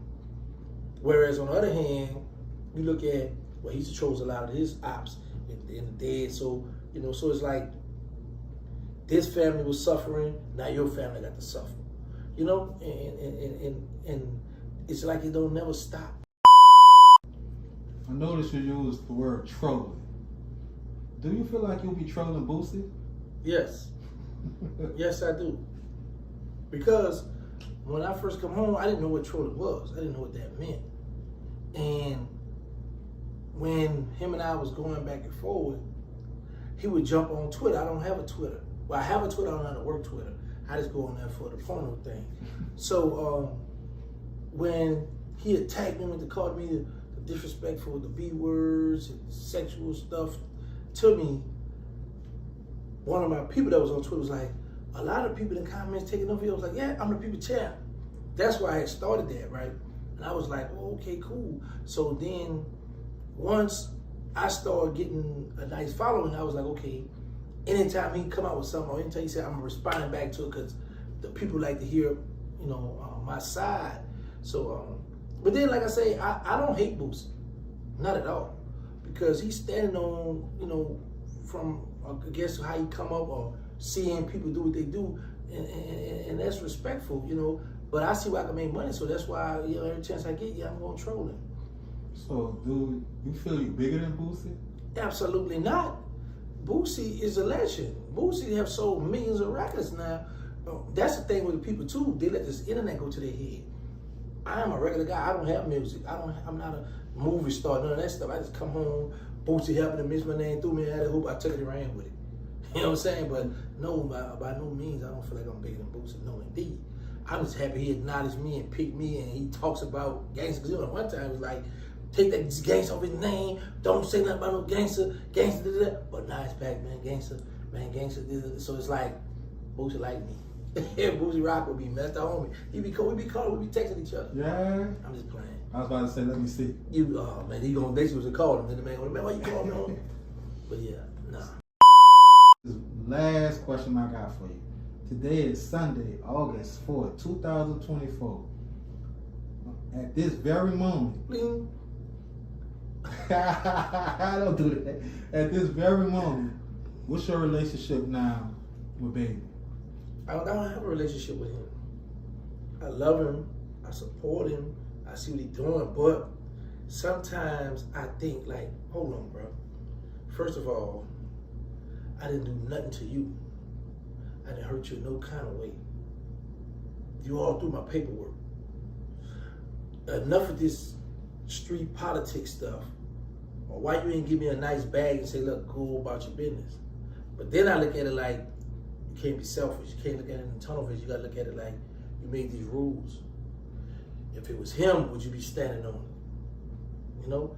I think that Cash Money will be more powerful, or they'll have better artists or more artists if I was there with them. Because you gotta keep in mind, I got the young crowd. I got a young fan base that's, you know, follow me on YouTube. Right. I got youngsters that hit me up and contact with me. So, and the music game have changed now. It's not like back in the day the big machines decided who's gonna be the star. It's the people now deciding who's gonna be hot, who they like because of social media. You know, so I have nothing but time to scout for the talent. You know, right. But you know, it is what it is, bro. I mean, I'm just happy to be free. I'm happy to have a voice now. So if they do something out of the way, I can speak on it now. And I don't have to worry. I don't have a boss. You know, I don't have to worry about them. Man, don't say that, don't say that. Or we're gonna cut you off. I'm already cut off. So what you gonna do? Okay. Same question, different person. What's your relationship with Slim? And recently, I haven't spoken with Slim in a while. I guess the more I be out here, I start learning stuff. I don't want to feel like I'm putting my burden on Slim. So I mainly just stay to myself. Like now, I'm just out here figuring it out, having fun, like I said, along the way, grinding on YouTube, and that's just what it is now. So I don't have a relationship like it used to be with none of them. You know, it's not like it's not there no more. I guess it's like, okay, we're growing apart, or, you know, I guess it's like I'm doing too much on social media. They feel like they can't control me, so you know what, just leave them alone. Ain't much, you know. I don't have a relationship. That goes for BG too. Yeah, of course, you know, Jill, same thing. Jill riding with that side. Right. Rightfully so, you know. Mm-hmm. But I believe this, that if I had BG's number and I called BG, he would talk to me. Okay. And he would, trust me, I believe he would, even Birdman, he would talk to. But they got this thing where they're like, man, look, we got to stand on this, what we own, man, go ahead on. Right. You know what I'm saying? So I'm not mad with them guys, man. Them guys stand, because I'm looking at it like, if that was me, I'd be standing on that. You know? But no, I don't have a relationship with BG at all. What about Turk? Me and Turk used to talk. Mm-hmm. I think it went sideways with me and Turk. So many people was in Turk ear. Stay away from that. Don't mess with gangster, man. Stay away from gangster. Don't talk. Don't deal with gangster, right? Because you can see, I did the interview on his channel. Mm-hmm. He interviewed me. Him and his podcast host used to shout me out. And his podcast, yeah, that's him and GDP, my favorite too. And New Orleans, I go for the news. Da da da. I'm going to Atlanta. I'm like, yo, I'm gonna come down there. I'm gonna pull up on the podcast. Nothing. Nobody answered. I put it together. I'm a street guy. Okay. Turk feel like stunning them don't want to mess with him. Not only because of Drain Chamber, but because you're dealing with gangster too, and we don't mess with gangster. Now, if we let him come to Atlanta, well, not let him come to Atlanta, but he come to Atlanta and get on our podcast, it's going to show he's still kicking with gangster. That's going to hurt me too for doing business with them. But that was further from the truth. You really need me. For real. Because you see right now, boxing me out still ain't do you no good. Right. Still ain't do you no good. And BG turned up even more. And I was calling good money from the start, bro. But listen, let me tell you something. I wrote the playbook for them guys. Mm-hmm. And it's like a football team. Coach there, you're like, okay, I know what play they're going to run. I see the formation. They're still using the same playbook. And one reason why, it's still the same team around them. So ain't nobody new. Well, they got one person, but his role not really significant. But it is, but you know, you're really on security. So anyway, nobody have come to like, okay, look, let's switch it up. We're gonna do this, we're gonna do this. Let's try this. It's the same old machine, same old way. I know the playbook. I helped put the play in there. I was Sean Payton that one time for that stuff, bro. You know what I'm saying? So, yeah, man. So at the end of the day, that's why I can sit back, bro, and I can be like, okay, look, this was gonna happen next. Like, let me show you something. When I kept saying about the song with Birdman and BG dropping. Mm-hmm. Watch what I tell you. I want to say this Friday coming up, BG gonna drop, Birdman and them gonna drop another song with him and BG. You put your YouTube on that? Now I ain't gonna put the YouTube on it. But you standing on I'm sitting right now, but I will say this, because you know, I'm learning this too, because they all watch me. And like when I call that money, when I say that Jill was gonna drop the disc with him and Turk, he held that back until the next week, then he dropped it. You see what I'm it. saying? So it might make you look bad if you. Yeah, if I put the YouTube on it, you know, I can't put the YouTube on it right now. But I will say this. It's gonna be another song with him and Stunner, because they can't just drop one song. You got an album coming out, so we need to hear something else from y'all. Right. So I just got a feeling Jill's gonna do him, but Stunner, you gotta hear me, man. You gotta hear the old head. You gotta hear me, man. Put that out. Put this one out next. And then right after all that, Universal, we're gonna start hitting that stuff on the radio. We're gonna start hitting that stuff on the radio, man. I forgot to tell you, man. Okay, I'm gonna hold you to it. Good Money OG Giggity. That's the me, Good name. Money. That's the name. Good Money. Good Gang. I might go Good Gang, Good Money. I don't know. There's just so much good stuff going on. I don't know, bro. But yeah. So with all this going on with BG and Turk, if you had a chance, if you could get in their ear, would you try to get them to sit down and talk about it? Or, No, not at all. Why is that? Because I've learned, you know the old adage, for those who don't know what adage means, like the old saying goes, what you eat don't make me do number two. Mm-hmm. Where in this case, I'm not near Huddle. So whatever Turk money he make, whatever money BG make, I can't benefit from that at all. They don't look out for me. They're not doing that for me. I can't get not one of them to come on my channel to do an interview. So why would I care about what they doing? That's the way I'm sick. Cause at one time I was like that. Man, nah, man, y'all need to. I'm still this root. Nah, man, because ain't nobody care about my well-being. Ain't nobody worry about how I pay my bills. I don't care if they ever make up again. Because at the end of the day, I got a challenge. Give me something to talk about. Real talk, bro. You know what I'm saying? Because those two not doing nothing for me. Nothing. So at the end of the day, I'm out here doing my own thing. So I don't care if they ever know. I wouldn't know. Not at all. With that being said about making up, do you see you and Hobbies ever making up? No. Just answer that fast. No. I don't want to make up. What for what? I can't benefit from that. Think about it. This is a man that's in his 50s. Been hanging around with baby for 20-something years. He ain't got a dime in Chinese money. Come on, bro. Think about what I'm going to do with a nut like that. I need somebody I can kick it with, rub elbows with, be like, look, let's put this play together. I like money. Okay. I got good. I'm like how the old head Jesse Cage told him. He home now too at the Cali. He said he was on Magic. He said, "Gangsta, you want to know what your problem is?" I said, "You know what it is." He said, "You long on ideas and short on cash." So, how can I benefit me and him being cool? I don't need him. Think about it. This man, not one time have he come an idea like, you know what, I'm gonna get me an artist, run it through baby, run that thing to Universal, man, go get me a check right quick. He infatuated with the materialistic stuff. Man, I'm security, I'm on point. Oh! He love it. He's stuck in that. He's stuck in that zone, bro. In the way in the world, I'm gonna be around multi-millionaire and not have millions or a million, at least a couple of 100,000. I'm gonna have that. I'm gonna have my own house, my own car. I'm gonna have that.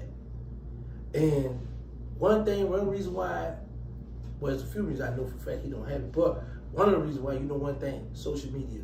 He loved to post when they're on the jet. He loved to post this. This is a show-off world we living in. Like a stunt. It's where we at. You post everything. You gonna post inside that house. It's mine here. I own this. He never was a thinker. He always done. He a street guy. He always was a foot soldier. He always been that. But he never been a thinker. Never been on somebody to be like, okay, look, let me invest this in that.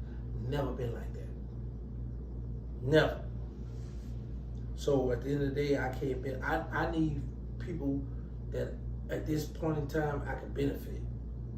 Now if it was to the point where I be like, look, man, how cool, like, look, get baby on the line for me, get him where I could do an interview, man, get him, tell him when you're around and bring the phone to him,